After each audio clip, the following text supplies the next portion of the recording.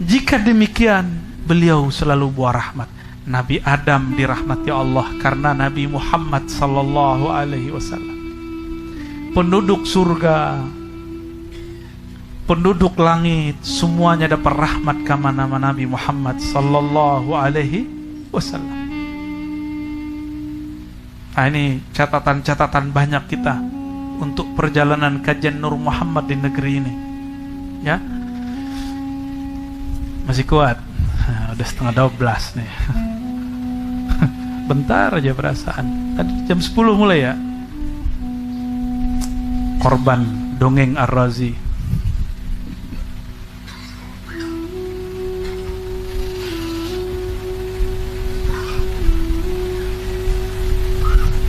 Nabi Adam alaihissalam kemudian hidup di bumi, dan beliau teringat cara mengingat Allah waktu di langit, waktu di surga sana. Beliau ketika melihat ke aras itu, malaikat bertawaf di bawahnya. Tawaf di bawahnya itu langit, ada langit ketujuh juga tawaf di dalamnya.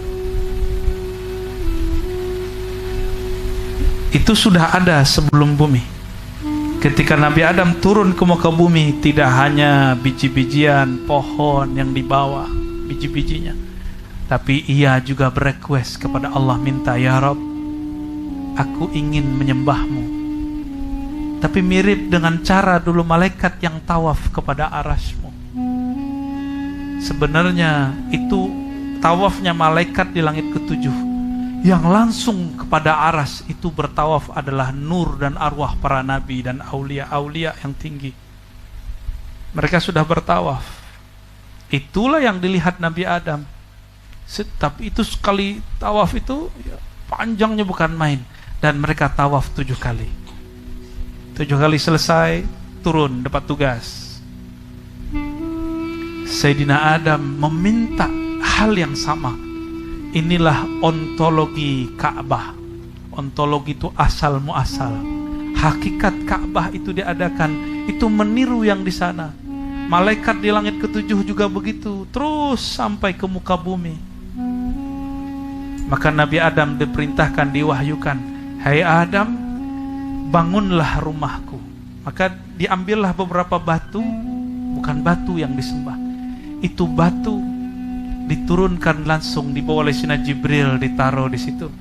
Dulu batunya masih putih, lama kelamaan di zaman kita sudah jadi aswad. Apa kata Nabi dalam hadis Imam An-Nasai, innal hajaral aswad minal jannah, sesungguhnya hajar aswad berasal dari surga. Tuh batunya aja dari surga. Nggak ada apa-apanya batu ini, batu itu, itu nggak ada apa-apanya itu. Batu-batu kita ini mungkin dulu pernah ada belis yang tinggal di situ, ya kan? Ada makhluk-makhluk gak jelas tinggal di situ. Ini batu luar biasa. Maka kalau kita istilam saja, belum mencium, itu dosa kita sudah ketarik, dihapuskanlah Allah berkah. Ada batu surga. Gimana kira-kira kalau mencium tangan baginda Nabi Muhammad sallallahu alaihi wasallam? Habis semuanya. Itu berbatu, lebih mulia batu atau Nabi Muhammad sallallahu alaihi wasallam? Nabi Muhammad sallallahu alaihi wasallam. Makanya Sayyidina Umar karena mabuk cinta pada bab hubbu Muhammadin, beliau mengatakan, hei Hajar Aswad, kalau bukanlah aku melihat sang baginda Nabi Muhammad menciummu, la uqabbiluk, aku tidak akan menciummu. La tanfa' wa la tadur, kamu tidak ada manfaatnya kok, kata Sayyidina Umar, karena sedang mabuk cinta kepada Nabi Muhammad sallallahu alaihi wasallam.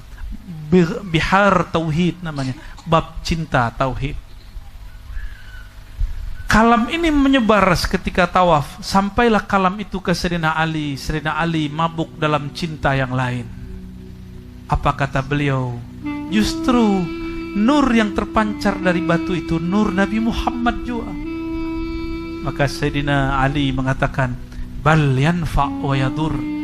Justru itu batu yanfa' wa yadur. Nanti yang pernah menciumnya atau istilam, Itu batu nanti akan manggil. Oi, kamu dipanggil nanti di surga. Di padang mahsyar bahkan dipanggil semua. Ini maksud Sayyidina Ali. Sayyidina Ali pernah dengar baginda Nabi Muhammad SAW mengatakan, sesungguhnya Hajar Aswad akan memberi syafaat siapa yang menciumnya atau istilam kepadanya. Semoga kita termasuk. Amin ya rabbal alamin. Kalau saya lain lagi, karena Nabi pernah menyentuhnya, Nabi pernah menciumnya. Saya ingin mencium bekas sang baginda Nabi Muhammad sallallahu alaihi wasallam. Itu yang saya cita-citakan, walaupun sekali saja, setiap kali ziarah, setiap kali umrah atau haji. Itu batu ditaruh dengan batu-batu yang lain. Akhirnya Sayyidina Adam mengulang memori dia yang dulu ada di sana. Dia berkelilinglah 7 kali. Persis sama. Tiba-tiba di satu musim terjadilah banjir bandang, hujan lebat berhari-hari. Itu batu dari surga harus diselamatkan. Maka Allah mengutus malaikat-malaikatnya, angkat itu, maka diangkatlah. Tapi ada riwayat yang mengatakan jauh sebelumnya malaikat sudah tawaf di muka bumi. Sudah tawaf di muka bumi, kemudian terjadi banjir bandang lalu diangkat. Wallahu a'lam bisawab, manakah yang lebih benar, tapi lebih kurang begitulah riwayat yang kita terima. Saudara-saudaraku yang makan Allah, maka apapun yang kita lakukan hari ini, ibadah, itu umurnya sudah tua. Doa itu paling tua, sholawat lebih tua lagi, tawassul lebih tua lagi. Maka tambahkan di setiap doa, bihaqqi sayyidina Muhammad SAW. Di setiap doa, coba baca itu, bihaqqi sayyidina Muhammad SAW. Di setiap kita berdoa. Tapi jangan gunakan nama Nabi Muhammad untuk hal-hal yang sepele. Cuma untuk bayar hutang, cetek gitu. Cuma karena jomblo pengen ngapain jomblo? Pengen melet orang, ya salah. Kalau mahar boleh, mahar sholawat. Kalau melet jangan.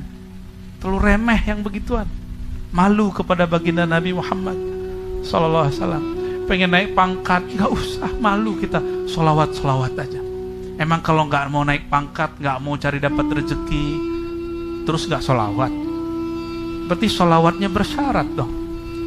Nabi mencintai kita tanpa syarat dan beliau mengatakan ummati, ummati. Kenapa kita mencintainya bersyarat? Orang yang minta dibayarkan utangnya dengan sholawat, Allah kasih di dunia. Coba aja lihat hitungan hari. Kalau nggak hitungan bulan, hitungan hari. Ada yang hitungan detik. Mata saya menyaksikannya. Ada yang belum dia selesai sholawat, Allah sudah kasih. Karena dia niat begitu. Kecil sekali. Tapi suatu saat dia akan diuji. Apakah dia nanti akan berpikir dia dapat rezeki karena selawat atau karena memang orang pengen bagi rezeki? Saya mau tanya, rezeki dari Allah sudah ditetapkan belum? Mau antum selawat gak selawat dapat gak? Ya. Terus selawat untuk apa?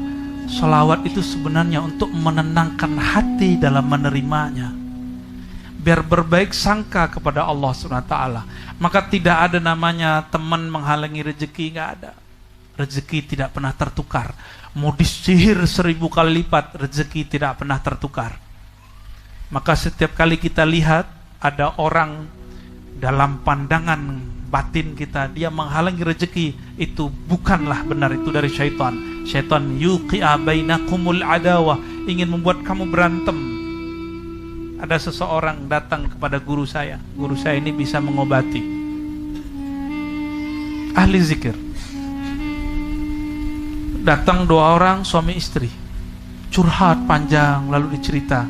Yang saya dengar waktu itu 2 orang yang mengatakan, Tuan Syekh, tetangga kami jahat. Saya mimpi malam tadi dia nyerang saya pakai jimat, pakai sihir, bla bla bla semua.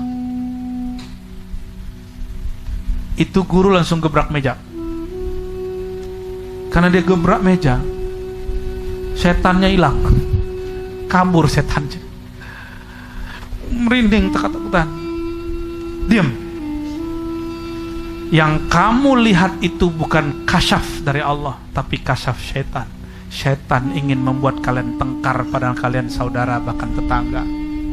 Langsung hilang, setannya hilang. Kalau itu bedanya syekh bisa ngobati dengan dukun iblis. Kan dukunnya ada dukun ustadz, ada dukun iblis kan. Nah, kita juga nggak boleh semua dukun sesat, nggak juga.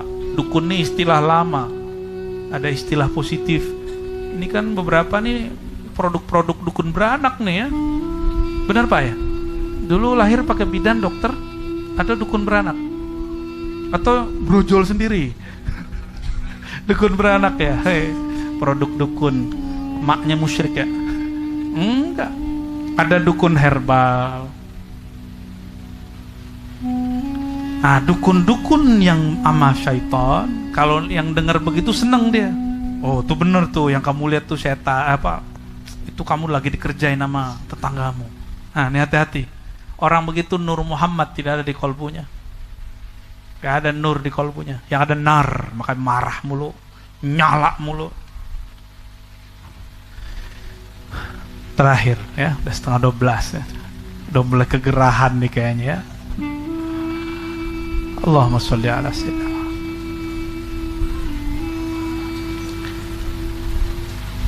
Di saat Nabi Adam mencari istrinya, beliau jalan di muka bumi. Ini semua tidak ada dalam hadis sahih, adanya dalam riwayat Israiliyat, tapi dibolehkan oleh Imam Ibnu Katsir untuk dinukil. Karena ada imam kita yang membolehkannya, maka kita pun juga mengulangnya. Tidak ada satu ilmu yang ditulis kecuali sebenarnya ada hakikatnya. Ibnu Katsir, Tabari, banyak sekali. Kita ambillah beberapa. Sayyidina Adam turun, di mana turunnya? Di tanah India. Itu sepeda Nabi Adam itu nggak ada, itu sebut-sebutan aja itu ya. Karena sepedanya gede gitu. Masa Nabi Adam pakai sepeda, nggak level, nggak nyambung itu. Nabi Adam tinggal manggil, angin bawa saya, bisa dia. Cuma Nabi Adam nggak mau. Nabi Adam menggunakan hukum asbab, dia jalan kaki. Dia merasa nggak pantas untuk menggunakan angin memerintahkan